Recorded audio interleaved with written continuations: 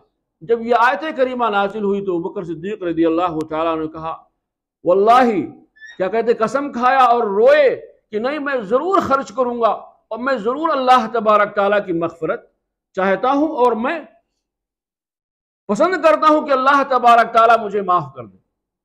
तो ये मौक़िफ़ एक मुसलमान का होना चाहिए कि अगर कोई शख्स किसी पर जुल्म ज़्यादती कर रहा है तो इन तमाम चीज़ों को अपनाते हुए, इस हदीस को सामने रखते हुए, इस वाक़े को सामने रखते हुए कि अबू बकर सिद्दीक़ की बेटी पर, अम्मा आयशा पर, मोमिनों की माँ पर तुहमत लगाई कोई मामूली चीज़ नहीं थी। और फिर ये कि उन्होंने, आज का कोई मामला होता तो किसी के साथ इस किस्म की ज़्यादती होती तो लाख लोग समझाते, कहते नहीं, मुमकिन नहीं कि उसका मैं चेहरा देखूं। लेकिन यहां भी ये आयत करीमा हमारे और आप और तमाम उम्मत के लिए, पूरी इंसानियत के लिए सबक है। ये वाक़े एक वाक़े के तहत आज ना, लेकिन इससे हर किसी को सबक लेना। जो चाहता है कि अल्लाह उसकी मग़फ़िरत कर दे, उसको अल्लाह दरगुजर कर दे, उसे इस आयत से सबक लेना चाहिए। बल्कि आप जाने, अफ़्व व दरगुजर से मुताल्लिक और भी क्या नाम है चीजों का जिक्र किया गया। उसी में से एक वाक़े का नाम है, एक हदीस की तरफ इशारा किया गया। वो ये कि कल क़यामत के दिन लोग होंगे, उसमें से निदा दी जाएगी, कुछ जो साहिब फजल हैं वो आगे आए, वो आगे आएंगे और जन्नत की तरफ बढ़ेंगे। जन्नत का दरोगा, जो मतलब खुतबे में आया, जन्नत का दरोगा उनसे सवाल करेगा, अभी तो हिसाबो किताब नहीं हुआ, जन्नत में दाखिला कैसे मुमकिन है? कहा, क्या कहते हैं, हम अहले फजल हैं। कहा, तुम्हारा फजल क्या है? कहा कि हम दुनिया में अफ़्व दरगुजर से काम लेते। और आप जानते हैं अल्लाह के नबी जनाब मोहम्मद मुस्तफ़ा सल्लल्लाहु अलैहि वसल्लम ने फरमाया, जो शख्स बदला लेने की ताकत रखता है, जो शख्स अपने गुस्से को पी ले, इसके बावजूद कि वो सामने वाले से बदला ले सकता है।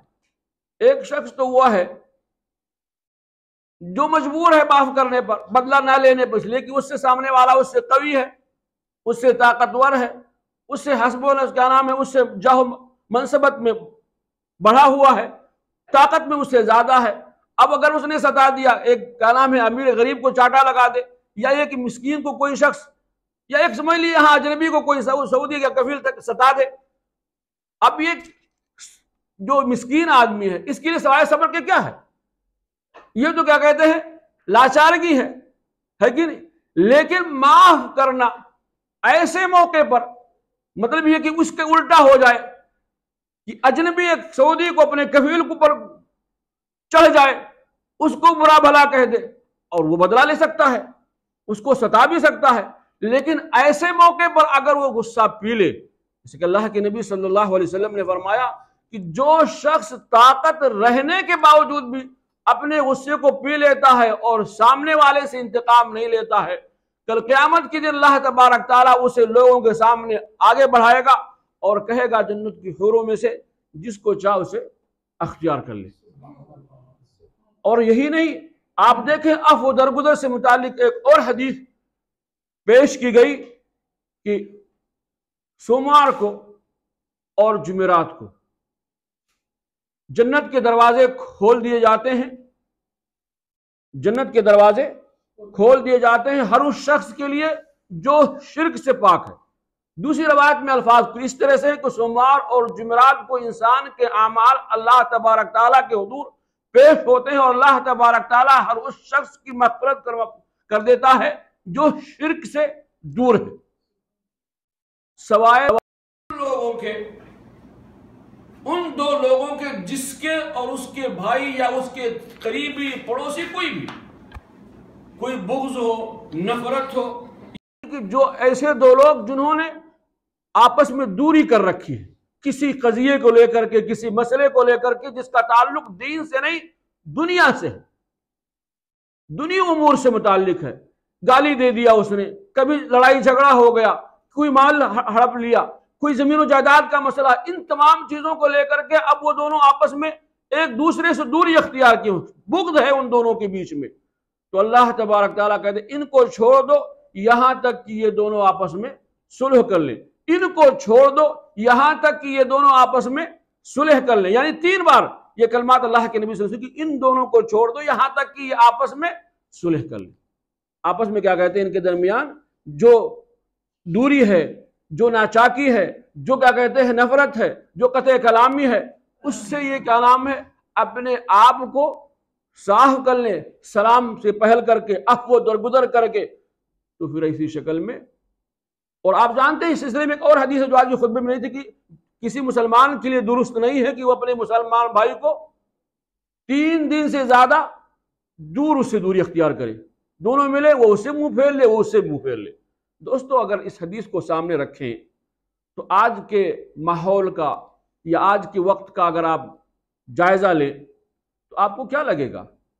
ऐसे कुछ 2 लोग मिलेंगे जिनकी किसी से नाचाकी ना हो, हजारों में अगर आपको ढूंढने निकल जाएं तो किसी ना किसी चीज पर अनबन है, कतई कलामी है, बातचीत नहीं है। हर शख्स क्या कहते हैं दूसरे से क्या नाम है अपनी अना में चूर है कि नहीं मैंने गलती नहीं की, मैं क्यों सलाम में पहल करूं, मैं क्या कहते हैं उससे बात नहीं कर सकता। यार हम अफ़्व दरगुदर से अगर काम ले तो सही मानों में इसमें इज्जत है, इसमें सुरखरुई है, और क्या कहते हैं किसी से क्या नाम है किसी को अफ़्व कर देना, माफ कर देना, इसमें ज़ौफ़ नहीं है, इसमें कमजोरी नहीं है, इसमें जिल्लत नहीं है, बल्कि क्या नाम है जो लोग इस किस्म की पेशकदमी करते हैं कि लोगों को माफ कर देते हैं, वो यकीन क्या कहते हैं लोगों के बीच में मारूफ हो जाते हैं कि फला बड़ा महबूब है लोगों के बीच में, लोगों का मुआखदा नहीं करता, लोगों की गिरफ्त नहीं करता। अलमुहिम मैं ये कह रहा था कि अगर आज मुआशरे पे नजर डालें इस हदीस की रोशनी में, जिसमें यह कि अल्लाह तबारक तआला सोमवार और जुमेरात को हर जब अमाल पेश होते हैं हर किसी को माफ कर देता है, जिसके यहाँ शिरक ना हो, या फिर यह कि शिरक के साथ साथ ये कि दूसरी चीज से भी वो पाक हो कि उसकी किसी से अनबन ना हो, किसी से बिगाड़ ना हो, किसी से कतई कलामी ना हो। तो आपको मिलेंगे ऐसे लोग? आप सब यहां बैठे हुए हैं, हर शख्स अपने गिरबान में झांक करके देखे क्या कोई ऐसा है, मतलब मैं ऐसा हूं कि मैं किसी से अपनी किसी दुनियावी चीज को लेकर के कतई कलामी नहीं कर रखा हूं। अक्सरियत मिलेगी, और बेहतर इसमें यही है कि आदमी सलाम में पहल करे, छोड़ दे लिल्लाह के लिए। उसने ज्यादती की है, अगर उसको माफ कर दे इस ज्यादती पर तो और बेहतर है कि माफ करने के बिना पर अल्लाह माफ करने वाला है। और उस शख्स से किसी खैर की यानी कि उससे किसी किस्म की लालच ना हो, कोई जरूरत उससे ना जुड़ी हुई हो, न ये कि उससे कोई फायदा चाह रहा हो, बल्कि लिवजहिल्लाह, और वो अल्लाह जानता है। और आप मैं अल्लाह इसको उस शख्स को, हर उस शख्स को जिसने मेरे भी हक में ज्यादती की, मैं अल्लाह माफ करता हूं उसे इस लालच के बारे इलाहा तो मुझे माफ कर दे। हम में से हर शख्स रब की मग़फ़िरत तो चाहता है।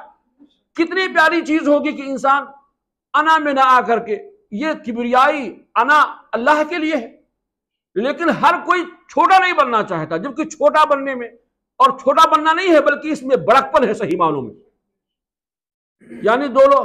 और हकीकत यह है कि हर कोई एक दूसरे, खास तौर से कभी ये मामला पड़ोसी से होता है, कभी ये मामला मतलब खूनी रिश्तों से, भाई से, बल्कि कुछ लोगों के यहाँ तो माँ बाप से, चचा से, इर्द गिर्द के लोगों से, दोस्तों से, जहां कहीं भी, और कुछ दूर दूर के भी होते, लेकिन उम्मीद तौर से आपकी अनबन किसी तीसरे से, क्या कहते हैं रियाद में, उससे होगी।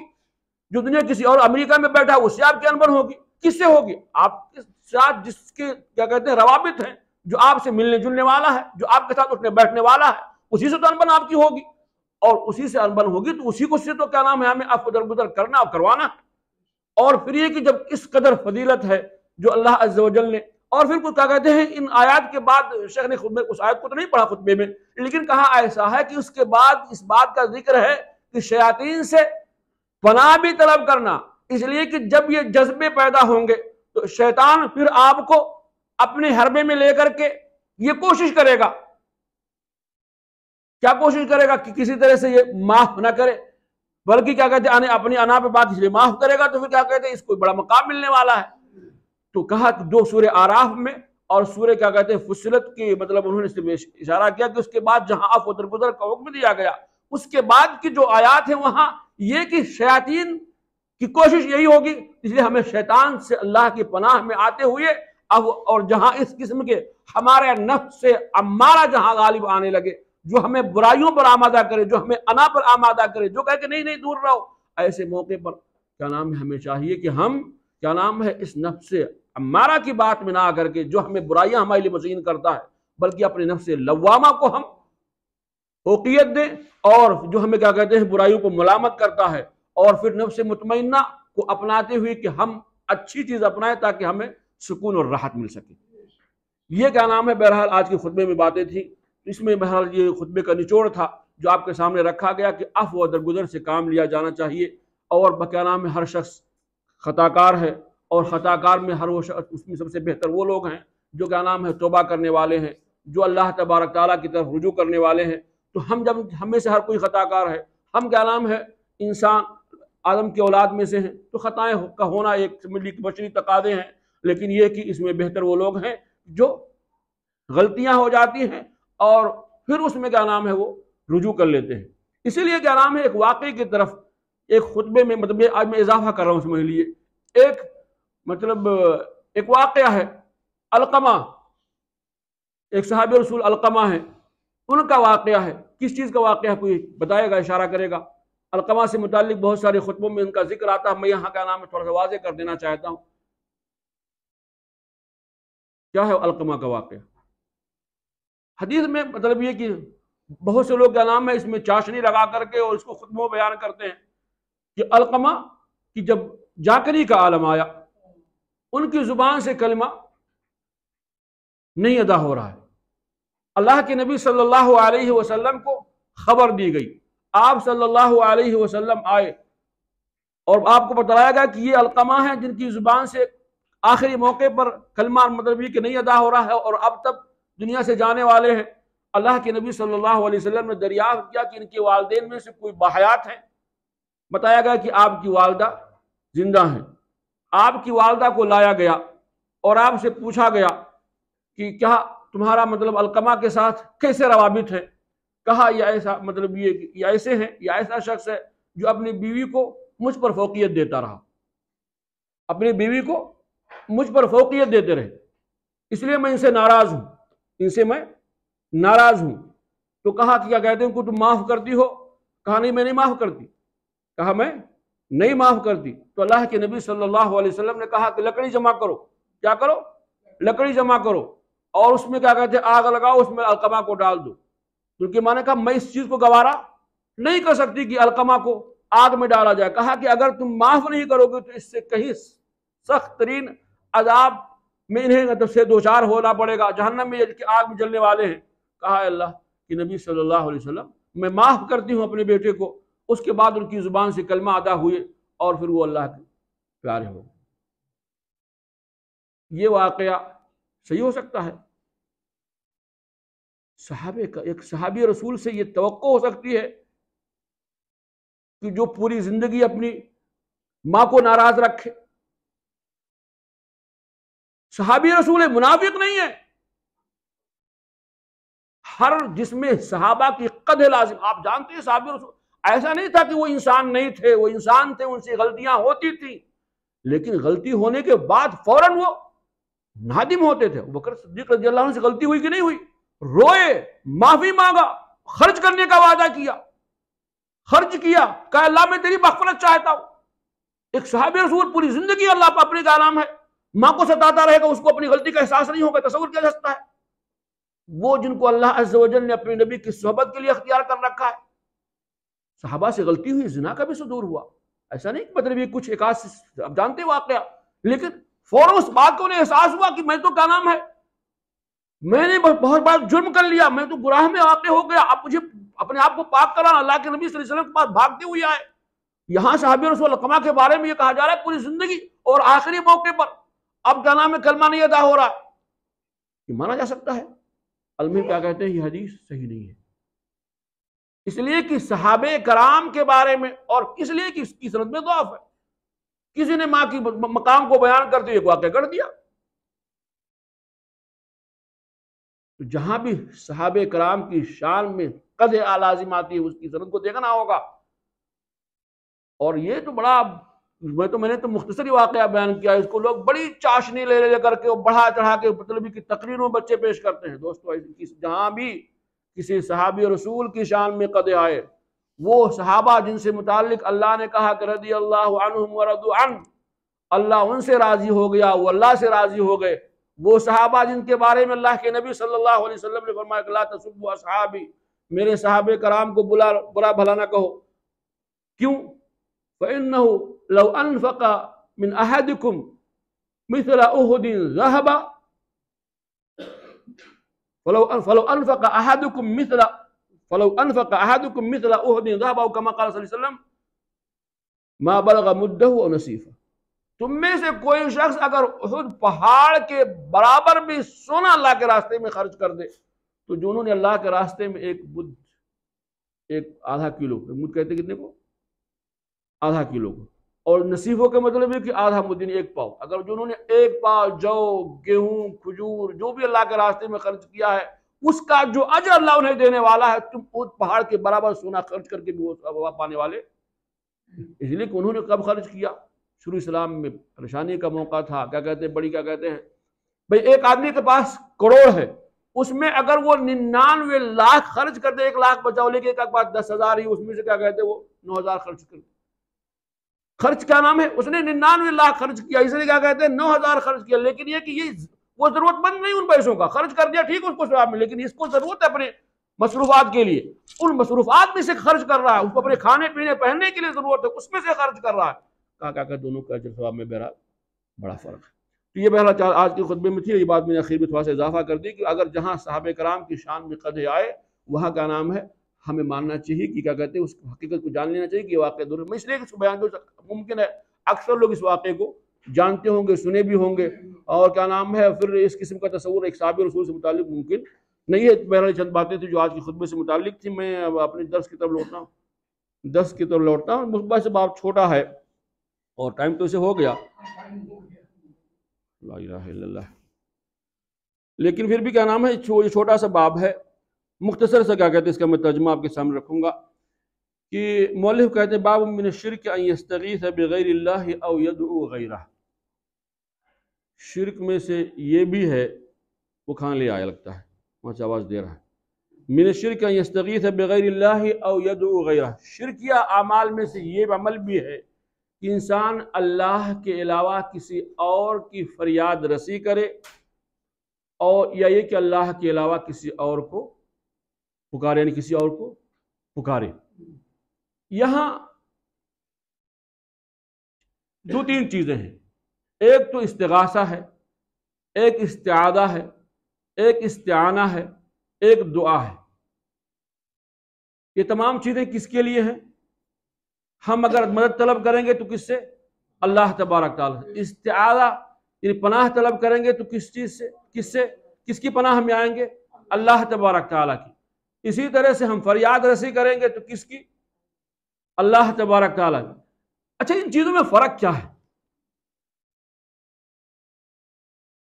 इस्तिगासा कि इंसान पर कोई बला मुसीबत आई हुई है, उसके टालने के लिए इंसान अब जो जिस मुसीबत में पड़ा हुआ है, जिस परेशानी में जो गिरा हुआ है, उससे बचने के लिए गोया के बाद में फरियाद रसी करता है, इसको इस्तिगासा कहते हैं। और इस्तिआदा कहते हैं कि यानी पेशगी, किसी मुसीबत परेशानी के आने से पहले ही इंसान हिफ्ज़ मा तक़द्दम, यानी क्या कहते हैं, जो होने वाला है, मतलब कुछ चीज से बचने के लिए आदमी इंतजाम करता है।